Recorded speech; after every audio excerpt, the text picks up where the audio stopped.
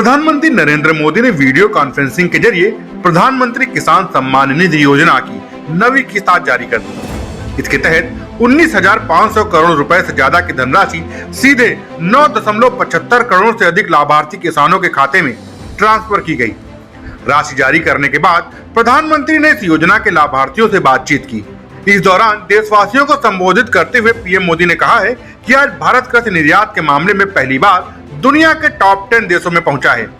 Corona काल में देश ने कृषि निर्यात के नए रिकॉर्ड बनाए हैं।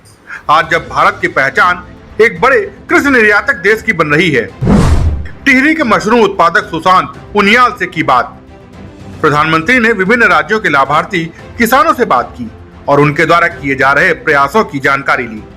उन्होंने उत्तराखंड के टिहरी जिले के चंबा विकासखंड के सुशांत उनियाल से भी बात की। श्री सुशांत डिंगरी मशरूम उत्पादक इकाई के माध्यम से मशरूम उत्पादन का काम कर रहे हैं। उन्होंने बताया है कि उन्हें सरकारी योजनाओं से बहुत लाभ हुआ है। अपने मशरूम उत्पादन से आसपास के ग्रामीणों को भी जोड़ा। पहाड़ की जवानी पहाड़ के काम आए। प्रधानमंत्री ने कहा है कि पहाड़ का पानी और पहाड़ की जवानी पहाड़ के काम नहीं आती है, हमें इसे उलट करना है।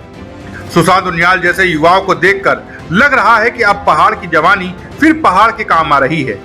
युवा जब खेती करता है बड़ा बदलाव आना निश्चित है। सरकार का प्रयास है कि शहरों और गांवों में सुविधाओं के भेद को कम करना, भारतीय कृषि को नई दिशा देनी है। प्रधानमंत्री ने कहा है कि इस बार देश अपना 75वां स्वतंत्रता दिवस मनाने जा रहा है। ये महत्वपूर्ण पड़ाव हमारे लिए गौरव का तो है ही, ये नए संकल्पों नए लक्ष्यों का भी अवसर है। देश जब आजादी के 100 वर्ष पूरे करेगा 2047 में, तब भारत की स्थिति क्या होगी ये तय करने में हमारी खेती हमारे किसानों की बहुत बड़ी भूमिका है। ये समय भारत की कृषि को एक ऐसी दिशा देने का है जो नई चुनौतियों का सामना कर सके और नए अवसरों का लाभ उठा सके। प्रधानमंत्री ने कहा है कि सरकार ने खरीफ हो या रबी सीजन किसानों से एमएसपी पर अब तक की सबसे बड़ी खरीद की है। कुछ साल पहले जब देश में दालों की बहुत कमी हो गई थी तो देश के किसानों से दाल उत्पादन बढ़ाने का आग्रह किया था। उस आग्रह को देश के किसानों ने स्वीकार किया। परिणाम ये हुआ कि बीते 6 साल में देश में दाल के उत्पादन में लगभग 50% की वृद्धि हुई। राष्ट्रीय खाद्य तेल मिशन के लिए 11,000 करोड़ का निवेश होगा। प्रधानमंत्री ने कहा है कि खाने के तेल में आत्मनिर्भरता के लिए अब राष्ट्रीय खाद्य तेल मिशन ऑयल पाम का संकल्प लिया गया है। इस मिशन के माध्यम से खाने के तेल से जुड़े इकोसिस्टम पर 11,000 करोड़ रुपए से अधिक का निवेश किया जाएगा। आज भारत कृषि निर्यात के मामले में पहली बार दुनिया के टॉप 10 देशों में पहुंचा है। कोरोना काल में देश के कृषि निर्यात के नए रिकॉर्ड बनाए हैं। जम्मू कश्मीर का केसर विश्व प्रसिद्ध है। सरकार ने यह फैसला लिया है कि जम्मू कश्मीर का केसर देश भर में नाफेड की दुकानों पर उपलब्ध होगा। सरकारी मंडियों को विशेष इंफ्रास्ट्रक्चर फंड से मदद। प्रधानमंत्री ने कहा है कि हमने कोरोना महामारी के कारण दुनिया भर में हो रहे बदलावों को अनुभव किया है। मोटे अनाज, मसाले, सब्जी, फलों, ऑर्गेनिक उत्पादों की मांग तेजी से बढ़ रही है। सरकार ने तय किया है कि जो राज्यों में सरकारी मंडियां हैं उनको भी विशेष इंफ्रास्ट्रक्चर फंड से मदद मिल सके। इस फंड का उपयोग करके हमारी सरकारी मंडियां बेहतर होंगी, ज्यादा मजबूत होंगी, आधुनिक होंगी। अब देश की कृषि नीतियों में इन छोटे किसानों को सर्वोच्च प्राथमिकता दी जा रही है।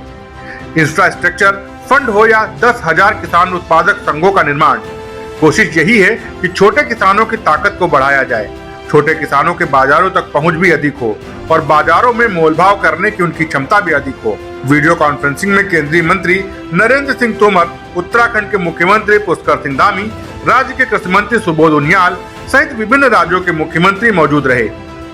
कार्यक्रम के बाद मुख्यमंत्री पुष्कर सिंह धामी ने राज्य के अधिकारियों को निर्देशित किया है कि युवाओं को खेती और बागवानी से जोड़ने के लिए विभिन्न स्थानों पर की जा रही नई पहलों का अध्ययन किया जाए। किसानों की आय दोगुनी करने के लिए वैल्यू एडिशन पर ध्यान दिया जाए और सप्लाई चेन सुनिश्चित की जाए। Bureau report, Dastak times. ताजा तरीन खबरों के लिए सब्सक्राइब करना ना भूलें दस्तक टाइम्स। बेल आइकन दबाकर पाएं देश विदेश की लेटेस्ट खबरों की नोटिफिकेशन।